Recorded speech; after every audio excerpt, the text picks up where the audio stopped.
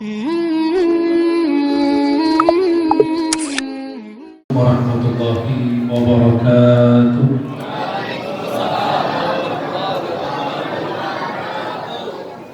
Alhamdulillahi rabbil alamin wal 'aqibatu lil muttaqin wa la 'udwana illa 'alal zalimin.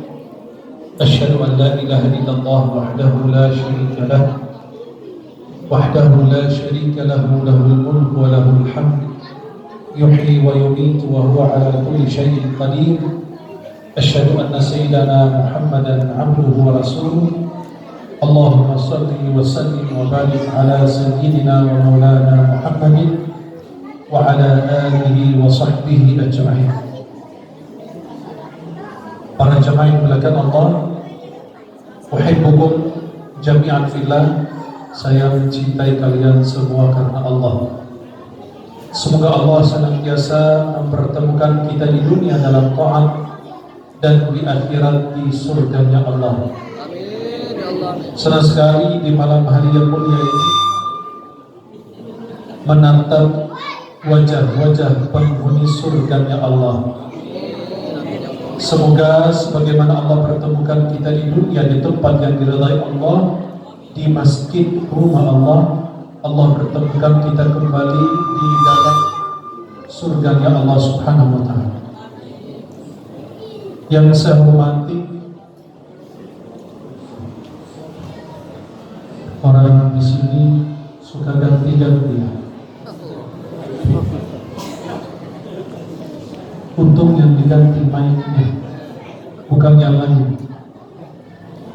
Yang saya hormati dan saya muliakan pengurus Masjid Darus Sa'adah beserta jajaran, para tokoh masyarakat, tokoh agama, para alim ulama, para asatiz, para tokoh adat, seluruh jamaah hadirin dan hadirat, wabil khusus ibu-ibu yang semangat mempersiapkan dan ikut serta memeriahkan acara ini. Apalagi ibu-ibu untuk urusan-urusan acara belanja jangan ditanya, karena mereka sudah ahli dalam hal itu. Para jamaah yang dimuliakan Allah Subhanahu wa ta'ala, Allah pertemukan kita di hari Jumat kemarin malam, Kamis malam Jumat. Kamis malam Jumat dan hari Jumat itu adalah malam dan harinya Rasulullah. Lebih fokus kita ketika kita membaca salawat kepada Nabi Muhammad sallallahu alaihi wasallam.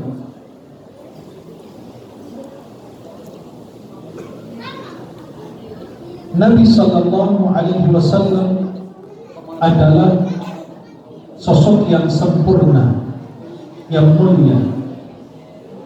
Tadi saya ingin menyampaikan tentang tadabbur surat Al-Fatihah, tetapi karena sudah ada tim hadrah, maka kita ganti tentang pembahasan tentang Nabi sallallahu alaihi wasallam. Nama yang paling kita cintai adalah nama Rasulullah. Nama Muhammad, Ahmad, Mahmud, Hamid, Hashim, Aqib, Muddathir, Muzammil, Nabiyur Rahmah, Nabiyus Syafa'ah, Sahibul Hawdil Mawrud.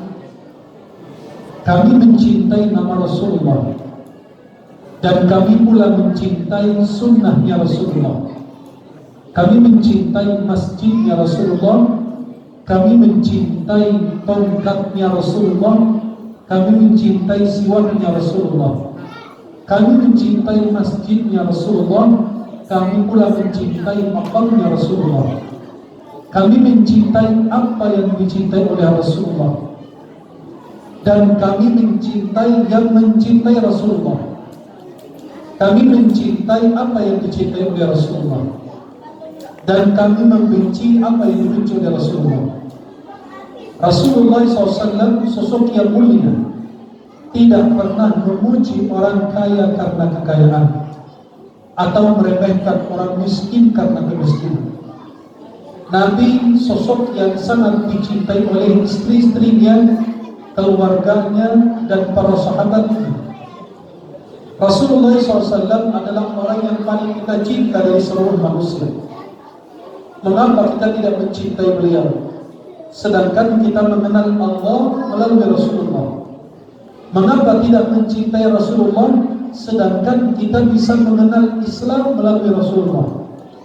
Mengapa tidak mencintai beliau? Sedangkan kami semua bisa menemukan Shiratal Mustaqim melalui Rasulullah. Bagaimana tidak mencintai Rasulullah sedangkan kita mengenal Al-Quran melalui Rasulullah? Bagaimana tidak mencintai Rasulullah sedangkan Nabi berada di pinggir sirat? Pada saat kita semua melewati sirat tersebut di hari kiamat, beliau mendoakan umatnya satu persatu, Ya Rabbi Sallim Sallim, Ya Allah selamatkan umatku. Mengapa tidak mencintai beliau? Padahal beliau mengatakan dalam sabdanya, Syafa'ati li ahli kabair min ummati, syafaatku untuk orang-orang yang berbuat maksiat besar dan dosa besar dari umatku. Mengapa tidak mencintai beliau sedangkan beliau pernah merindukan kita? Mengapa tidak mencintai beliau sedangkan beliau pernah meneteskan air mata karena ingin berjumpa dengan kita? Itulah sosok yang mulia Muhammad sallallahu alaihi wasallam, nabi kita, tauladan kita, uswah hasanah kita, pembimbing kita, rasul kita, orang yang kita akan mengharapkan syafaatnya di hari kiamat kelak nanti. Para jemaah yang dimuliakan Allah, kalau saya punya pertanyaan saat ini, jangan terburu-buru menjawabnya. Pertanyaannya adalah, apakah benar-benar kita mencintai Rasulullah? Tidak. Pertanyaan yang sangat simpel sekali, tetapi jawabannya itu sangat berat dan perlu bukti. Apakah kita semua mencintai Rasulullah? Tidak. Kalau Anda terburu-buru menjawab, bisa salah Anda menjawab. Bisa jawabanmu kurang tepat. Kalau Anda bilang saya mencintai Rasulullah, wajar, karena beliau adalah Rasul kita, pembimbing kita, pemimpin kita, nabi kita, yang akan memberi syafaat kepada kita. Tetapi pertanyaan berikutnya, apa bukti bahwa Anda mencintai Rasulullah?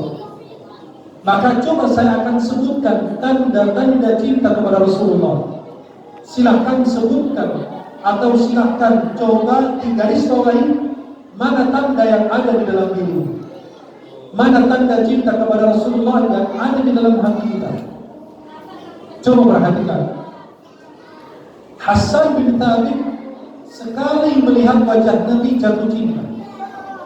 Orang kafir Quraisy datang kepada Hasan dan dia mengatakan kepada Hasan, kalau engkau bisa mencela Muhammad dalam syairmu, kami membayarmu. Dan mereka sudah bayar duluan, bukan DP-nya, tapi mereka bayar full lebih dahulu. Dan Hasan bin Thabit bertanya, siapakah orang yang aku celak di dalam syairku? Kemudian Hasan bin Thabit diperlihatkan, inilah dia. Ternyata itu adalah Rasulullah. Pada saat itu Hasan bin Thabit masih seorang musyrik, belum Islam. Tapi sekali memandang wajahnya Rasulullah, sekali melihat Rasulullah, langsung beliau kembali kepada orang kafir dan mengembalikan uang tersebut semuanya. Mohon maaf, saya tidak bisa mencela orang yang kalian minta aku hina, karena aku lihat dari ujung rambut sampai ujung kaki sudah sempurna. Apa yang aku hina? Sudah sosok yang begitu sempurna dan indah, wajahnya tampan, rupawan, paling indah. Sampai sahabat Jabir bin Samurah mengatakan, aku melihat wajah Nabi dan aku melihat bulan purnama, dan Nabi pada saat itu lagi bulan purnama, malam bulan purnama, dan Nabi sedang mengenakan pakaian merah. Nah, wajah Nabi lebih elok dibanding rembulan, wajah Nabi lebih indah dibanding rembulan. Maka Hasan bin Thabit mengembalikan uang tersebut dan beliau langsung membuat syair tentang Nabi Muhammad sallallahu alaihi wa alihi wa sahbihi. Apa kata Hasan bin Thabit? وأجمل منك لم تر قط عيني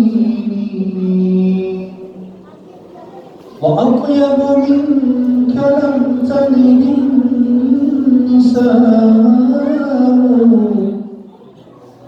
خلقت مبرأ من كل عيب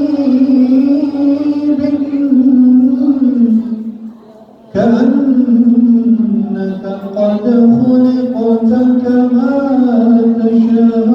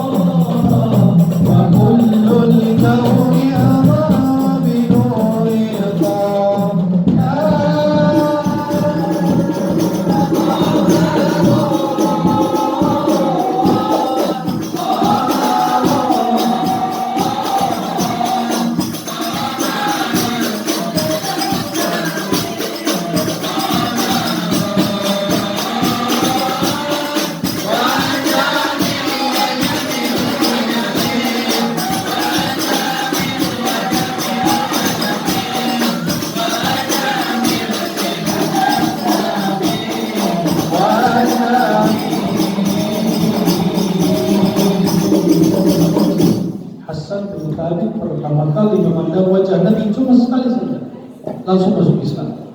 Langsung beliau mengucapkan, ajmalu minka lam taratal aini, mata saya tidak pernah memandang orang lebih tampan, lebih rupawan darimu ya Rasulullah. Wa atyabu minka lam talid nisaa, tidak ada seorang wanita melahirkan sosok seperti dirimu. Khuliqta mubarrakan min kulli aini, engkau lahir seperti tidak ada celahnya, sudah sempurna ciptaanmu. Ka'annaka qad khuliqta kama tasha', engkau lahir seperti yang engkau mau, seperti Nabi yang memilih bagaimana fisiknya, bagaimana wajahnya, bagaimana ciptaannya, saking tampan dan saking mulia ya Rasulullah Muhammad sallallahu alaihi wasallam. Para jamaah yang dimuliakan Allah, tanda-tanda kita mencintai Rasulullah coba diperhatikan satu persatu yang nomor berapa terdapat di dalam diri kita. Kalau ada tanda Anda mencintai Nabi, berarti betul Anda mencintainya. Tapi kalau sudah diperiksa semua, ternyata tidak ada satupun tanda cinta Anda kepada Nabi, pantasan Nabi belum pernah datang di dalam mimpimu. Pantasan Nabi belum pernah mengunjungimu di dalam mimpi. Dalam mimpi saja kita belum jumpa, bagaimana dalam dunia nyata? Kalian dalam mimpi saja belum kita jumpa, bagaimana dalam dunia nyata kita bisa jumpa dengan Rasulullah? Jangan-jangan hati kita ini masih tidak pantas dikunjungi oleh Rasulullah. Kita kalau punya uang, kita datang menziarahi Rasulullah Muhammad sallallahu alaihi wasallam dengan melaksanakan ibadah haji dan umrah. Kita bisa sholat di masjid Nabi, sholat di Raudhah, antara maqam Nabi dan mimbar Nabi. Kita bisa memberi salam secara langsung kepada Nabi. Para jamaah yang dimuliakan Allah, kita kalau punya harta, kita datang mengunjungi Nabi. Tapi kalau kita tidak punya harta, biarkan Nabi yang datang mengunjungi kita. Dengannya apa? Dengan kita mencintainya, berbanyak sholawat kepada Nabi Muhammad sallallahu alaihi wasallam. Coba kalau kalian baca dalam tasyahud, saya yakin banyak di antara kita belum memperhatikannya. Baca tasyahud berkali-kali, tidak pernah membayangkan apa yang saya sebutkan ini. Kita kalau beri salam kepada Nabi dalam tasyahud, kita sebut assalamu alaika, berarti bukan assalamu alaihi. Nabi kan gak ada, tapi Allah meminta agar engkau menghadirkan Nabi di hadapanmu, karena engkau bisa sholat karena Nabi, engkau bisa baca tasyahud karena Nabi, engkau bisa bersolat dan bisa baca Quran karena Nabi, engkau bisa beribadah di hadapan Allah karena sallallahu alaihi wasallam. Assalamu alaika ayyuhan nabi. Coba bayangkan Anda mengatakan assalamu alaika dan tunggu sejenak agar Nabi menjawab salam itu. Dan coba perhatikan diri, apakah ketika saya bilang assalamu alaika ayyuhan nabi, jangan-jangan Nabi tidak mau jawab salam saya di sana. Jangan-jangan Nabi lagi kesal sama saya. Jangan-jangan Nabi lagi marah sama saya. Para jamaah harus periksa hati ini, harus dibersihkan hati ini, agar Nabi bisa mendarat sebagaimana pesawat kalau landasan siap untuk pesawat mendarat. Kalau landasan siap pesawat mendarat, akan pesawat itu tersebut mendarat. Hati kita kalau pantas dikunjungi Nabi, Nabi datang. Tapi kalau hati kita tidak pantas, tidak akan dikunjungi oleh Rasulullah Muhammad sallallahu alaihi wasallam. Tanda yang pertama, Anda mencintai Nabi dan mendahulukan cinta kepada Nabi melebihi dari semua orang. Sayyidina Umar bin Khattab dalam Sahih Al-Bukhari dari Hisham bin Affan, Sayyidina Umar bergandengan tangan sama Nabi. Akhirnya Nabi menggandeng tangan Sayyidina Umar dan Sayyidina Umar mengatakan, "Ya Rasulullah, aku mencintaimu melebihi dari semua orang, illa nafsi, kecuali dari diriku." Apa kata Nabi?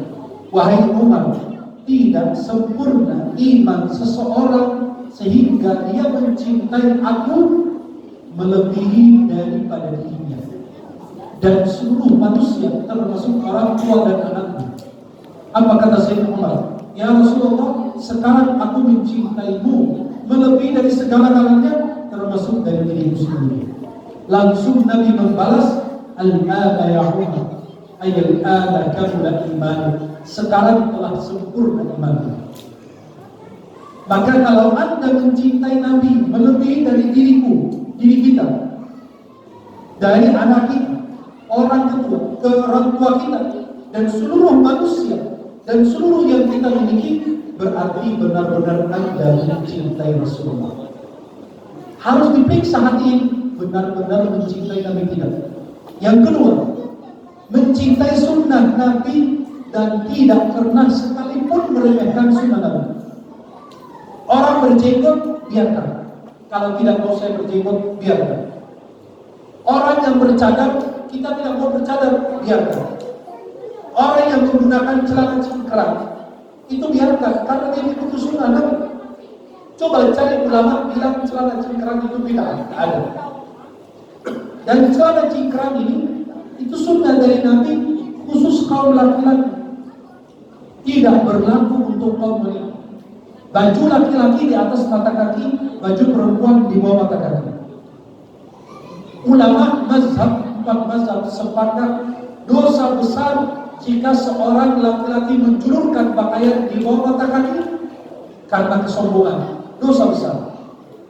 Tapi kalau tidak ada kesombongan, itu tradisi kita pakai celana panjang atau di negeri yang biasa-biasa saja, terjadi khilaf antara para ulama.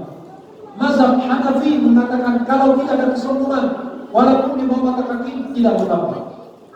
Mazhab Syafi'i minimal makruh. Mazhab Hambali tetap haram. Maka kalau orang pakai celana cingkrang, biarkan, jangan dibilang lagi banjir apa? Lagi banjir apa kamu dari sawah? Itu meremehkan sunnah Nabi. Dia begitu karena ini meniru Nabi. Yang pakai gamis bukan sunnah. Tidak ada yang bilang pakai gamis itu sunnah. Tapi karena ini pakaian Nabi, maka saya berusaha meniru Nabi agar mendapatkan pahala sunnah. Tanda mencintai Nabi. Maka kalau pakai gamis silakan, dan pakai sarung juga tidak apa-apa, tidak ada masalah. Permasalahannya pada saat orang tidak suka celana cingkrang, tapi suka dengan rok cingkrang. Itu baru permasalahan. Kadang-kadang rok celana cingkrang dipermasalahkan, tapi rok cingkrang disenangi, dipuji, dilihat. Astagfirullah, barang bagus. Kalau melihat dosa, nggak melihat rugi, belum tentu ketemu lagi. Itulah apa? Jika saya selalu katakan, jika Anda tidak mau berbuat baik, jangan menghalangi orang lain berbuat baik. Orang mau ke masjid, mau nyumbang, ngapain kamu nyumbang? Pengurusnya begitu, jamaahnya begitu, nggak pernah ada itu. Nggak, biarkan orang nyumbang, biarkan orang berbuat baik. Kalau kita tidak mau berbuat baik, jangan sekali-kali halangi orang berbuat baik. Karena itu termasuk hal Anda menentang Allah dan agamanya. Maka tanda kedua, Anda mencintai Nabi adalah mencintai sunnahnya dan tidak pernah sekalipun meremehkan sunnah. Hati-hati kalau Anda tidak meremehkan sunnah Nabi, lebih bagus Anda tinggalkan sunnah dibanding Anda meremehkan sunnah. Karena sunnah akan menyempurnakan kekurangan sholat fardu kita. Kita sholat sunnah qabliyah ba'diyah akan menyempurnakan kekurangan sholat fardu kita yang dulu kita pernah tinggal. Puasa sunnah akan menyempurnakan kekurangan puasa fardu kita di hari kiamat nanti. Itu jadi nikmat dari Allah. Dulu para sahabat mengerjakan sunnah karena sunnah dikerjakan Nabi, mereka itu apapun yang Nabi lakukan mereka ikuti. Dan sekarang kita meninggalkan sunnah, cuma sunnah dikerjakan dapat pahala, tidak dikerjakan rugi. Bukan tidak apa-apa, tapi rugi orang yang tidak mengerjakan sunnah Nabi Muhammad sallallahu alaihi. Yang ketiga, orang yang mencintai Nabi, dia mencintai sejarah Nabi, cerita hidup Nabi. Kayak kita baca Maulid yang kita baca, kita tidak paham artinya apa. Lebih bagus Anda peroleh kitab-kitab yang berbicara tentang sejarah Nabi, tapi dalam bahasa Indonesia. Karena kalau sesuatu yang kita baca dalam bahasa Arab, itu belum tentu kita paham, dan kita juga tidak paham karena itu bukan bahasa kita. Saya kalau dulu masih di Mesir, saya peroleh buku bahasa Indonesia, sedangkan saya belum bisa bahasa Indonesia, berarti sia-sia. Buat apa saya punya kitab itu, saya nggak ngerti. Mungkin sebagai kenangan boleh, sebagai sesuatu yang saya simpan di rumah, hadiah dari teman boleh, tapi sesuatu yang beroleh manfaat itu tidak ada.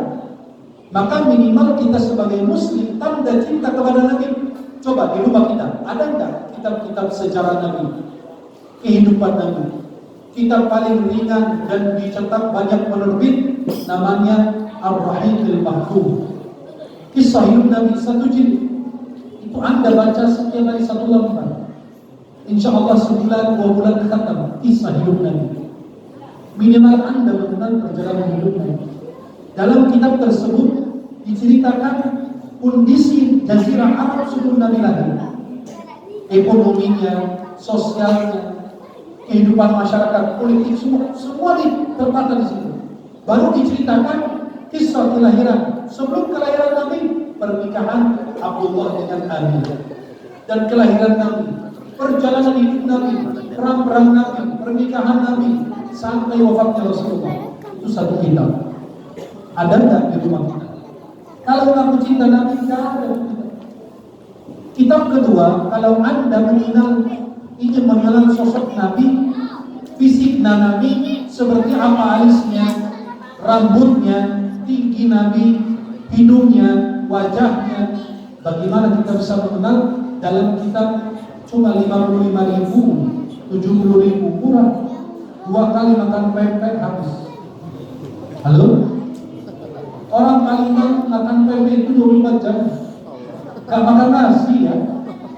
Itu jadi 2 kali, 3 kali makan pempek. Itu harga Anda memperoleh kitab tentang Rasulullah. Kitab namanya apa? Antum ketik aja di Google, muncul tuh kitab. Namanya Asy-Syama'il Al-Muhammadiyah. Kitab Syama'il Al-Muhammadiyah ini karangan Imam Tirmidzi, bukan Turmudi. Gak ada Turmudi. Yang ada Imam Tirmidzi. Namanya Imam Tirmidzi, bukan Turmudi. Sebagian penerjemah Imam Turmudi. Dari mana Turmudi ini? Ngarang doang. Maka kitab Asy-Syama'il Muhammadiyah, di situ antum buka lembaran pertama, langsung ciri-ciri Rasulullah. Tingginya Nabi tidak terlalu tinggi, tidak terlalu pendek. Nabi itu kalau berjalan dengan cepat seperti cenderung ke depan. Nabi itu kalau wajahnya seperti Nabi SAW, wajahnya bulat. Rasulullah SAW kalau tidur nggak ngorok, itu dijelaskan semua di sini. Ya, semua diceritakan. Hidungnya Nabi mancung dengan ujung kecil, di atasnya terdapat cahaya. Kalau dilihat Nabi dari jauh, kering mancung ke atas. Pipi Nabi lembut, jenggot Nabi lebat, mulut Nabi lebar, menunjukkan Nabi masih berbicara. Nabi bergigi rapi, bulu mata Nabi panjang, bola mata Nabi itu yang hitam-hitam banget, yang putih-putih banget. Sudah dijelaskan. Jidat Nabi lebar, alis Nabi melengkung, warnanya hitam pekat, seperti lingkaran hilal, tidak menyatu. Di antaranya ada urat saraf merah, kalau Nabi marah kelihatan. Semua diceritakan. Sampai cap kenabian Nabi ada di sini, seperti sebesar telur burung. Telur burung merpati, kecil segini, ada bulunya. Itu cap kenabian. Setiap Nabi di sini ada. Maka ada seorang sahabat berdiri, ngintip cap kenabian dari Nabi. Langsung Nabi bilang, kamu mulai bunyi, dibukain bajunya, diperlihatkan. Diceritakan wajahnya Nabi, cara tidur Nabi, cara berjalan Nabi, cara makan Nabi, makanan kesukaan Nabi. Nabi makan kurma dengan semangka, karena semangka ada kurma panas, biar aman di dalam perut. Nabi kesukaannya yang manis-manis. Kalau kita suka yang manis dan setia. Nabi suka dengan yang manis-manis. Dan Nabi suka air dingin. Mungkin karena di negeri Arab panas, jadi beliau lebih senang dengan air dingin. Sallallahu alaihi. Maka Imam Abu Hasan Syadzili, pendiri Thariqat Syadziliyah, beliau mengatakan apa? Kalau engkau mau minum air dingin, beda dengan air hangat. Kalau minum air dingin, benar-benar ucapan alhamdulillah sesudah minum dari lubuk hati. Tapi kalau minum air hangat lagi panas-panasan, ucapan alhamdulillah ala ghadabah, gak enak, gak nyaman. Betul nggak? Coba lagi panas-panasan, antum habis makan pempek, minum teh panas manis. Beda dengan kalau kita minum es teh manis, itu beda lagi. Benar-benar terasa nikmat, terasa luar biasa. Maka ketika selesai makan, ucapan alhamdulillah dari lubuk hati yang paling dalam. Maka tanda kita mencintai Nabi membaca sejarah Rasulullah Muhammad sallallahu alaihi wasallam. Tanda berikutnya berbanyak sholawat kepada Nabi. Kalau mencintai orang sering menyebut namanya. Begitu kalau mencintai Nabi sering menyebut namanya sallallahu alaihi. Saya mau bertanya, kalian ini punya target, punya wirid sholawat kepada Nabi dalam sehari 10.000 kali tidak? Jangan-jangan cuma dalam sholat doa. Allahumma sholli ala sayyidina Muhammad doa. Kalau diajak bersalawat baru kita sebut. Tapi kalau enggak, kita tidak menyebut nama Nabi Muhammad sallallahu alaihi. Tanda berikutnya adalah mencintai orang soleh yang mengajarkan kita sunnah Rasulullah. Mencintai para ulama yang mendidik kita, lebih mencintai, lebih mengenal sunnah Rasulullah Muhammad sallallahu alaihi wasallam. Kemudian tanda berikutnya adalah merindukan Nabi. Rindu, ingin berjumpa. Pernahkah kita sebelum tidur ingin berjumpa dengan Nabi? Bercerita di dalam hati, ya Rabb, mudahkan hamba malam ini agar bisa mimpi Rasulullah Muhammad sallallahu alaihi wasallam, menatap wajahnya walaupun melalui mimpi. Itu buktinya apa? Benar-benar Anda mencintai Rasulullah. Jika Nabi hadir di dalam mimpi, berarti Nabi mencintaimu. Kemudian ada bersama Nabi. Ada ketika nama Nabi disebut, orang bakhil, orang kikir yang nama Rasulullah disebut di hadapannya, lalu dia tidak bersolawat. Nabi SAW ketika naik mimbar mengucapkan amin sampai 3 kali. Ketika turun dari mimbar, sahabat bertanya, kenapa kau ucapkan amin ya Rasulullah? Kata Nabi, tadi didatangi oleh Jibril. Di antara 3 amin ini, Jibril mengatakan, ya Rasulullah, orang jauh dari rahmat Allah, orang bakhil, orang yang tidak mendapatkan rahmat Allah adalah orang yang engkau disebut di hadapannya, lalu dia tidak bersalawat kepadamu ya Rasulullah. Rugi dan rugi. Ucapkan amin wahai Muhammad. Nabi mengatakan amin. Berarti Nabi mengaminkan doa Jibril bahwasanya orang yang tidak bersalawat kepada nama Nabi Muhammad sallallahu alaihi wasallam pada saat beliau disebut, maka orang tersebut jauh dari rahmat Allah Subhanahu wa taala. Beradab ketika menyebut dan mendengarkan nama Nabi. Jangan menyebut nama Nabi Muhammad begitu saja. Tidak. Allah mengingatkan kita dalam surat An-Nur, la taj'alu du'a ar-rasuli bainakum ka du'a ba'dikum ba'd. Jangan jadikan panggilan Nabi di antara kalian seperti panggilan-panggilan orang lain. Dipanggil Rasulullah, dipanggil Nabiullah, dipanggil Habibullah. Silakan apapun panggilan, tapi panggilan menghormati baginda Rasulullah Muhammad sallallahu alaihi wasallam. Allah sendiri tidak pernah memanggil Nabi Muhammad dengan namanya. Allah manggil Adam, ya Adam, ya Nuh, ya Ibrahim, ya Yahya, ya Isa, ya Daud.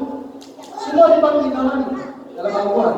Hanya Nabi Muhammad dipanggil ya ayyuhar Rasul, ya ayyuhal Muzammil, ya ayyuhal Mudaththir. Allah memanggil Nabi Muhammad dengan panggilan yang sangat memuliakannya sallallahu alaihi wasallam. Kemudian Adam ketika berada di Masjid Nabawi, jangan pada saat Anda lagi di Masjid Nabawi bawa handphone bunyi, tidak boleh. Tidak boleh suara kita tinggi di dalam Masjid Nabawi, apalagi di depan makam Nabi. Maka beradab pada saat Anda di Masjid Nabawi dan pada saat Anda di depan maqam Nabi. Allah berfirman, la tarfa'u aswatakum fawqa sawtin nabi. Jangan meninggikan suara kalian di hadapan Rasulullah. Kata Imam Qurtubi dalam tafsir beliau, ayat ini berlaku di masa hidup Nabi dan sahabat Nabi. Saya kalau umrah dan haji, handphone saya itu tidak pernah bunyi ketika berada di kota Madinah. Tidak pernah bunyi, getar doang. Ada verifikasi, getar doang handphone. Tapi kalau handphone bunyi selama di kota Madinah, enggak mau. Mungkin di hotel itu cuma alarm doang untuk bangun. Tetapi selebihnya tidak pernah suara handphone saya terdengar di kota Madinah. Apalagi di Masjid Nabawi, apalagi di depan makam Nabi. Sekarang, masya Allah, jamaah kita berangkat udah tua, dikasih handphone sama anaknya, ada kameranya buat foto-foto. Pas di telepon anaknya, lagunya sakitnya tuh di sini. Masa di depan makam Nabi sakitnya tuh di sini? Dan aneh-aneh cinta satu malam. Itu kakek-kakek dikasih handphone, bukan dikasih handphone yang Islami, ada qasidah kayak apa, ada nasyid kayak atau ada sholawat kayak, tidak, dikasih lagu dangdut. Dan beliau tak ngerti, gak bisa dimatikan. Ketemu jamaah, tolong dong matiin handphone ini bunyi dari tadi. Tak paham, orang tua dikasih handphone bukan dipasanglah nasyid, qasidah, tidak, ternyata malah lagu-lagu yang tidak pantas. Ya, walaupun qasidah juga tidak boleh suara tinggi di depan Rasulullah Muhammad sallallahu alaihi, menghormati hadis-hadis Nabi, menghormati ucapan Rasulullah Muhammad sallallahu alaihi wasallam, apalagi pada saat kita mendengarkan hadis Rasulullah Muhammad sallallahu alaihi yang terakhir, tanda Anda mencintai Rasulullah, Anda beriman kepada Nabi dengan apa yang disampaikan oleh Nabi. Nabi bilang ada siksa kubur, kita tidak pernah lihat, tapi saya percaya. Ada surga, ada neraka, saya percaya. Kenapa? Karena sudah disampaikan oleh Rasulullah Muhammad sallallahu alaihi. Maka coba periksa hati kita masing-masing, apakah ada tanda-tanda yang saya sebutkan terdapat di dalam hati kita atau tidak. Jika terdapat walaupun satu tanda, berarti hati Anda hidup dan cinta dengan Rasulullah. Tetapi kalau hati Anda tidak ada satupun di antara apa yang saya sebutkan tadi, maka mintalah kepada Allah hati yang baru, karena hati Anda sudah mati. Karena kalau tidak ada Rasulullah di dalam hati kita, maka hati kita mati. Tapi kalau ada Rasulullah, hati kita hidup.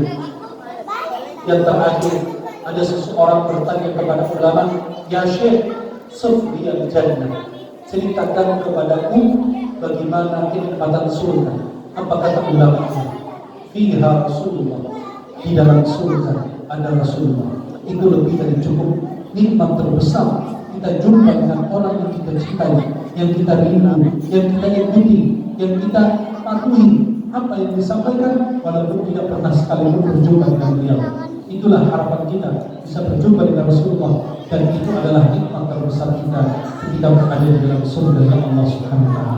Mudah-mudahan Allah kumpulkan kita bersama Rasulullah. Mudah-mudahan kita termasuk orang yang dicintai Rasulullah. Mudah-mudahan kita mencintai Rasulullah dan dicintai oleh Rasulullah.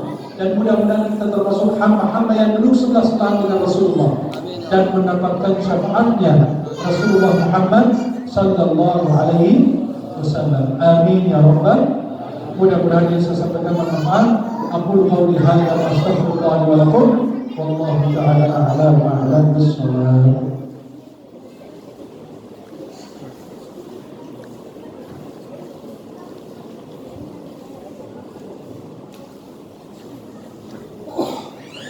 Terima kasih kepada Syekh Muhammad Muslim. Alhamdulillah kita sudah mendengarkan nasihat dari beliau.